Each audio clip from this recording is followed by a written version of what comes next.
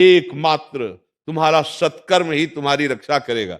देखो, समस्त ब्रह्म ऋषियों में सर्वश्रेष्ठ परमहंस श्री सुखदेव जी, परीक्षित जी को तक्षक सर्प काटने का श्रृंगी ऋषि ने शाप दिया, मिटा देते। पुरुषार्थ करने से कभी कायरता नहीं लानी चाहिए।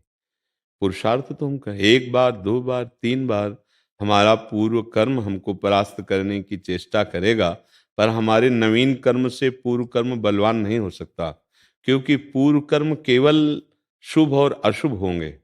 और इस समय नवीन कर्म हम, अब जो आपने कहा कि हम भगवान का भजन करते हुए पुरुषार्थ करते हैं, भगवान का भजन करते हुए, हाँ ये जरूर है कि आप जो पुरुषार्थ कर रहे हैं वो पुरुषार्थ है या नहीं है, ये बात देखना पड़ेगा। शास्त्रम प्रमाणम ते कार्या कार्यो व्यवस्थितो, वो शास्त्र प्रमाणित है कि मनमानी है, ये देखना। हमें पुरुषार्थ में कायरता नहीं लानी कि एक बार हमें फल नहीं मिला तो दूसरी बार के लिए हम निरुत्साहित हो जाए, नहीं, हमें हर बार प्रयास करना है, क्योंकि पूर्व जन्म के कर्म से ये देह बना। कर्मों का भगवान लीला करके, भगवान के ऊपर कोई कर्म लागू नहीं हो सकता, लेकिन लीला करके दिखा रहे हैं।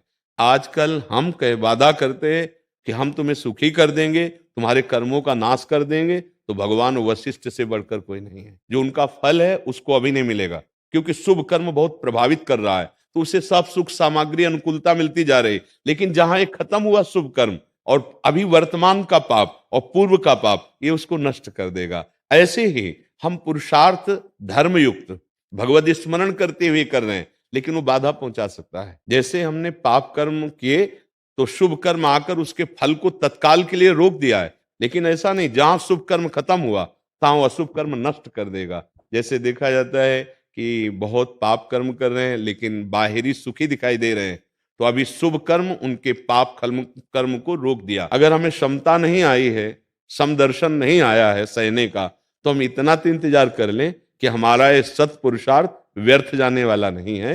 ये अभी नहीं मिला तो हमें आगे अवश्य प्राप्त हो जाएगा।